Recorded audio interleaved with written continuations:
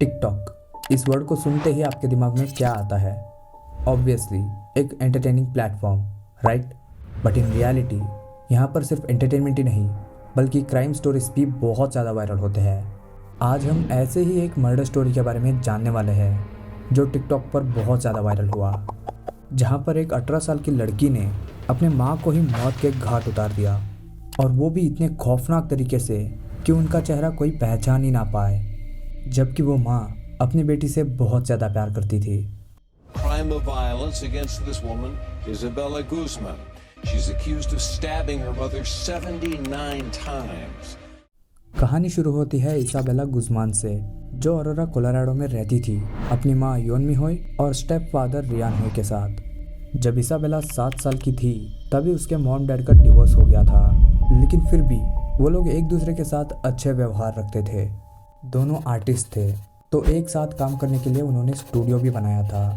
Artist होने के बावजूद इसाबेला की मॉम इतनी अमीर नहीं थी, इसीलिए वो अपने काम ख़त्म करने के बाद पार्ट टाइम जॉब भी करती थी ताकि उसके बेटी की सारे नीड्स पूरे हो सके। बट इसाबेला को इन सब से कुछ भी फ़र्क नहीं पड़ता था। चाहे उसकी मॉम जितना भी हार्डवर्क कर ले, वो अपनी मॉम से बिल्कुल भी खुश नहीं थी। इनफैक्ट वो दूसरे अमीर बच्चों जैसी चीज़ें अफोर्ड ना कर पाने की वजह से वो अपने मॉम को ही ब्लेम करती थी और बहुत ज़्यादा हेट भी करती थी। इसाबेला के साथ स्कूल में भी कोई दोस्त नहीं था, तो जब वो 18 साल की हुई तब उसने स्कूल जाना भी बंद कर दिया, वो भी फाइनल एग्जाम्स के कुछ ही दिन पहले। इसाबेला के इस डिसीजन से उसकी मॉम बिल्कुल भी खुश नहीं थी। वो चाहते थे कि इसाबेला अपनी ग्रेजुएशन पूरा कर ले, लेकिन फिर भी इसाबेला की मॉम ने उसे ज़्यादा कुछ नहीं कहा। वैसे तो इसाबेला अपनी मॉम को बहुत हेट करती थी। ये हेट और भी बढ़ गया जब योनमी होय ने रियान होय के साथ दूसरी शादी कर ली, और इसके बाद इसाबेला का गुस्सा इतना बढ़ गया कि वो अपने माँ के ऊपर ही प्लेट फेंक देती थी। इन्हीं सारे हरकतों की वजह से इसाबेला को अपने फादर के घर भेज दिया गया, लेकिन जब वो वापस घर लौट आई तब तक उसका रिलेशनशिप अपने मॉम और स्टेप फादर से बहुत ख़राब हो चुका था। इसके बाद ये कहानी और भी डार्क होती चली जाती है। एक दिन योनमी होय अपने लैपटॉप से काम कर रही होती है, तभी उसे एक ईमेल आता है जिसमें लिखा होता है यू विल पे। इस ईमेल को किसी और ने नहीं बल्कि इसाबेला ने ही अपनी मॉम को भेजा था। इसाबेला की मॉम डर के मारे इस बात को रियान होय को बता देती है, तो तुरंत रियान रॉय पुलिस को कॉल करके इस बात को बता देते हैं। तब पुलिस ने आकर इसाबेला को समझाया और बताया कि अगर तुम्हारी माँ लीगल एक्शन लेती है तो उसे घर भी छोड़ना पड़ सकता है। पुलिस के इन बातों को सुनने के बाद इसाबेला सीधा अपने रूम में चली जाती है और पूरी रात वो अपने रूम से बाहर नहीं निकलती।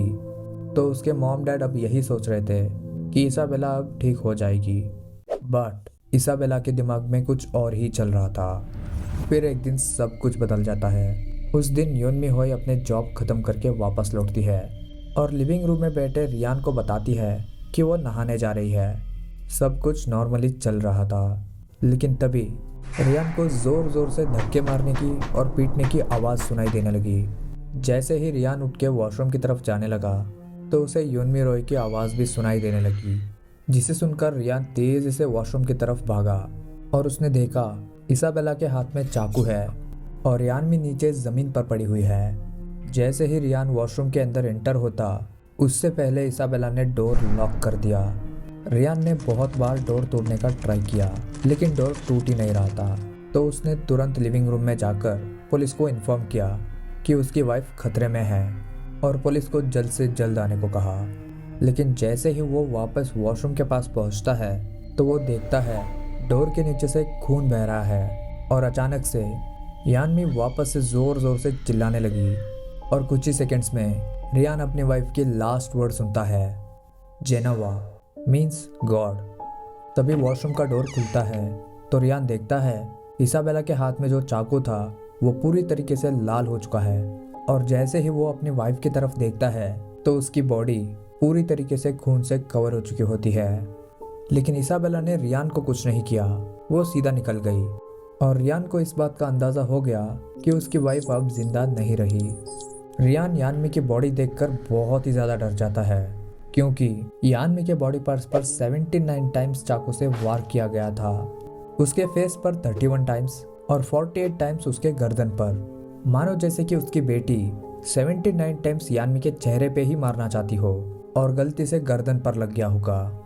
थोड़ी देर में पुलिस घर तक आ पहुंची, लेकिन तब तक इसाबेला घर से निकल चुकी होती है। लेकिन अगले दिन उसे पकड़ लिया जाता है और अरेस्ट भी किया जाता है, बट उसे इनोसेंट घोषित किया गया क्योंकि एक साइकियाट्रिस्ट के द्वारा यह बताया गया कि इसाबेला को स्किज़ोफ्रेनिया नाम की एक बीमारी है। उनका कहना था कि जब वो अपने मॉम को मार रही थी तब उसे ये पता ही नहीं था कि वो उसकी मॉम है। उनके अकॉर्डिंग वो सिसिलिया नाम की एक औरत को मार रही थी, जिससे दुनिया को खतरा था। केस को पूरी तरीके से समझने के बाद इसाबेला को प्रॉपर ट्रीटमेंट के लिए भेज दिया गया। आज के टाइम में भी इसाबेला को ट्रीटमेंट दिया जा रहा है। अब बात करते हैं कि ये टिकटॉक पे वायरल कैसे हुई। एक फेमस टिकटॉक स्टार ने ये बोल दिया था कि it's okay to be psycho if you are cute. इस टैगलाइन को लोगों ने इसाबेला के ऊपर अप्लाई किया। एंड ऑल्सो जब इसाबेला कोर्ट में थी तब वो कैमरा की तरफ देखकर फेस एक्सप्रेशंस दे रही थी, जिसमें वो और भी क्यूट लग रही थी, ऐसा लोगों का कहना था। और इसकी वजह से वो टिकटॉक पर बहुत ही ज़्यादा वायरल हो गई। ये थी कहानी इसाबेला की। इसाबेला की इस क्राइम स्टोरी के बारे में आप लोगों का क्या कहना है, कमेंट सेक्शन में ज़रूर बताना। मैं मिलता हूँ एक और नई वीडियो के साथ, तब तक के लिए बाय बाय।